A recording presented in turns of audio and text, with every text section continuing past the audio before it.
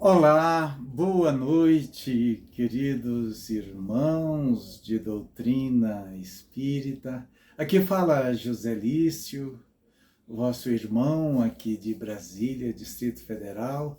Estamos nesse belo trabalho aí da nossa querida Casa Fraterna Sementes de Luz, convidados pelo nosso irmão Benjamin para fazermos esse trabalho bonito, né?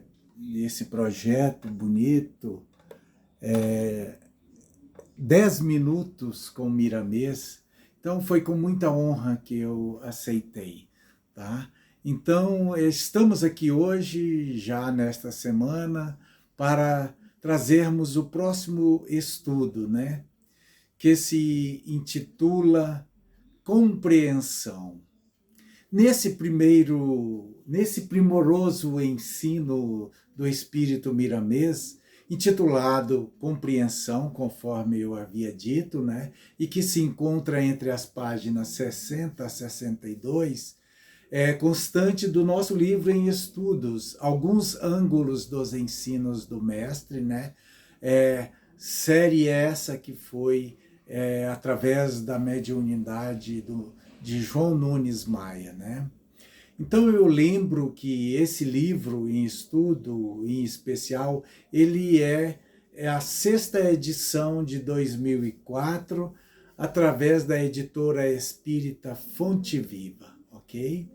Então, queridos irmãos, o autor começa esse belo texto transcrevendo a seguinte passagem bíblica constante do livro de Marcos, capítulo 9, versículo 38, a saber: Disse-lhe João: Mestre, vimos um homem que em teu nome expulsa demônios pelo poder do nome do Senhor. Mas nós o proibimos de fazer isso, porque ele não é do nosso grupo. Em seguida, Miramês desenvolve o texto através dessa chamada, né, dessa epígrafe. Nos bastidores de todas as religiões há uma falta de compreensão enorme, onde cada uma parece estar querendo ser herdeira direta das qualidades de Jesus. A ignorância humana faz do grande mestre um joguete, como se ele fosse orientado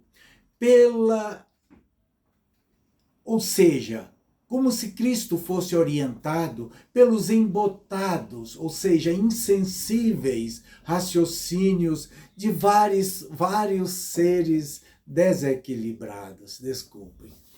Falam de Moisés, que subiu ao monte para acalmar a fúria do seu Deus, e depois de mais de 3.000 anos, os homens querem fazer o mesmo com Jesus. Reúnem um grupo de homens encoraçados, escorraçados, ou seja, expulsos de outras tribos religiosas, traçam planos envernizados, ou seja, disfarçados pela vaidade e pela vingança, afirmando aos quatro ventos que têm a chancela, o ok do Cristo. Quantas dissidências, meu Deus, já surgiram por falta de humildade e compreensão dos novos seguidores da doutrina cristã? Milhares e milhares, cada uma apresentando teorias mais obscuras, nascidas das discórdias. Mas Jesus, já prevendo isso, quando nos disse, ou seja, Jesus já previa isso quando nos disse para termos cuidado com os fariseus, que haveriam de disseminar-se como o pó por todos os quadrantes da esfera terrestre. Sobre os fariseus, gostaria, queridos irmãos, de fazer uma parte, relembrando que no tempo de Jesus havia alguns grupos hostis a Jesus. ou seja, contrários, beligerantes, né? Ou agressivos, provocadores.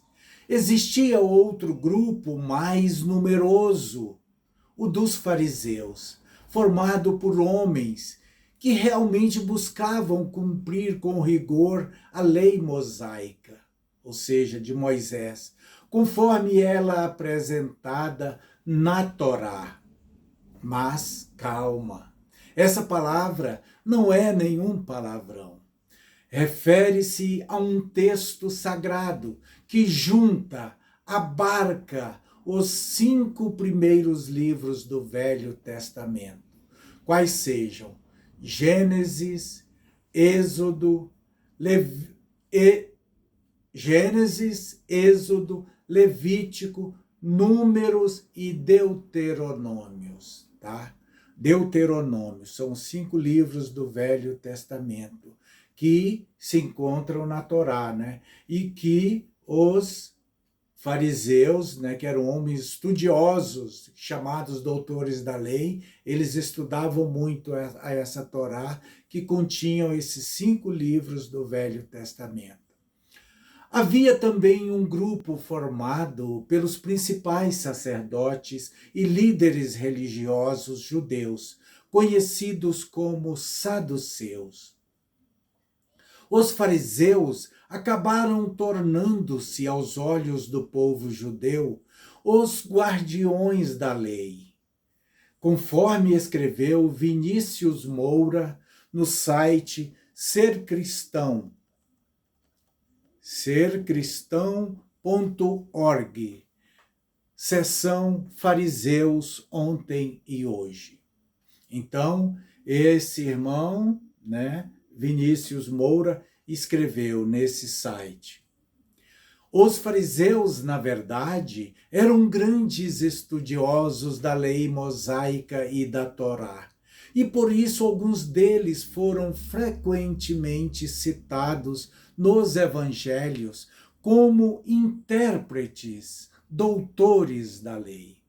Esse grupo de religiosos tinha divergências teológicas importantes com os saduceus, que eram, na verdade, os saduceus, eles eram mais pastores, né? Eram os chefes da igreja.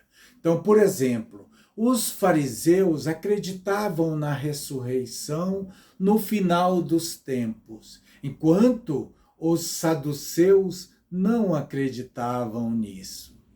O povo costumava recorrer aos doutores da lei para tirar dúvidas e saber se alguém estava ou não transgredindo os mandamentos divinos. É por causa disso que quase todas as discussões teológicas envolvendo Jesus tiveram os fariseus como ponto de partida, e não com os sacerdotes, como eu disse antes, os saduceus. E a raiz dessas discussões é a forma diferente como Jesus interpretava a lei. Ele, Cristo, privilegiava o aspecto espiritual dos mandamentos e não seu cumprimento formal, ou seja, as aparências, como faziam os fariseus. Estão notando a diferença? Então, queridos irmãos, eu lhes perguntaria, hoje em dia, será que existem ainda muitos fariseus como os de antigamente?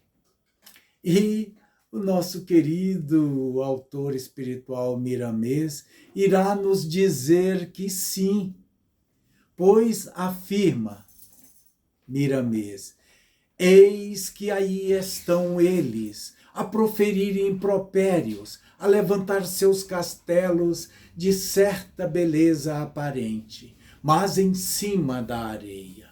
Ou seja, fazem uma construção, uma ideia sem base e, portanto, frágil. Se veem outros curando em nome de Jesus, falam que são uma religião de Satanás.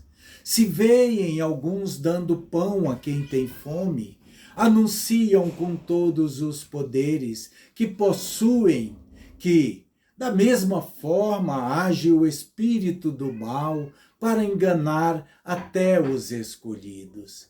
Nesse caso, seriam eles, esses fariseus da atualidade, os escolhidos. Quando surgem explicações do Evangelho, suplantando as explicações de todas as outras correntes juntas, asseveram com eloquência que o espírito das trevas se fez sábio e que se vestiu de luz para que a humanidade se perca. Fecham o coração e a inteligência, dizendo que ninguém se salva pelas obras, nem pelo muito saber. Somente pelo arrependimento e aceitando Cristo é que se salvam. Para esses, vale a palavra de Jesus. Cego que guia cego, ambos caem no buraco. E aí Miramês prossegue dizendo: esquecem-se esses irmãos que as religiões são raios do mesmo sol, que é Deus. Cada uma tem o seu destino, a sua missão de aquecer num determinado tempo e lugar.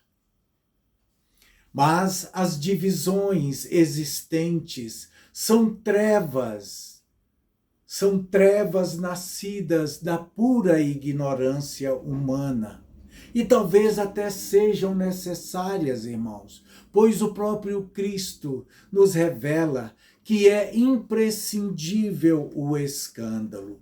Mas disse logo em seguida: ai daquele que escandalizar. Miramês acrescenta: também diremos: ai daquele que tentar enfraquecer uma doutrina planejada, nas luzes espirituais. Até hoje, todos têm caído como frutos imprestáveis. Ainda dispõem de tempo para irem contra os que consolam os desesperados. Ainda procuram empanar a Deus. Nunca conseguiram e jamais conseguirão tal absurdo. Esquecem a vaidade dos espíritos e das mentes superiores, de que todos se fundirão, se juntarão num só saber, numa só religião ou numa só ciência, porque adquiriram, por experiência com Jesus, a grande virtude denominada compreensão. Queridos irmãos, aqui falo eu agora. Com o mínimo de experiência de vida nestes meus 65 anos de idade, posso dizer-lhes sem receio que, se alguns estão fazendo bem em nome de Jesus, quer seja no catolicismo, entre os evangélicos, na Umbanda ou Candomblé, no judaísmo ou entre nós espíritas kardecistas, ou mesmo em qualquer seita ou religião, ouso dizer, também corroborando com o mestre Miramês, que não devemos repeli-los, censurá-los ou criticá-los, pois estes igualmente estão procurando o caminho, a doce consolação, seja em Cristo Jesus ou no Senhor Deus, nosso Pai Criador. Retornando ao texto, o bondoso Espírito Miramês irá concluir dizendo: se procurares servir a todos, sem desejares recompensa, com compreensão, em torno do Mestre, eles, os outros seguidores do Nazareno, não te impedirão, porque não houve da parte de Jesus nenhum impedimento. Quando alguém que ele não conhecia operava, ou seja, trabalhava, curava em seu nome. De minha parte, irmãos, eu diria que, tal como o título deste pequeno ensino, o que todos nós precisamos é de compreensão, pois, se lermos os versículos seguintes, de 39 a 41, do capítulo 9 de Marcos, o próprio Mestre Jesus está a nos dar a resposta, quando determinou a seus apóstolos, quando determinou, falando mesmo seriamente, né, dizendo: não o proíbam, pois não há ninguém que faça milagres pelo poder do meu nome e logo depois seja capaz de falar mal de mim. Desculpem, quem não é contra nós é por nós. Eu afirmo a vocês que isto é verdade. Quem der um copo de água a vocês, porque vocês são de Cristo, com toda a certeza receberá a sua recompensa.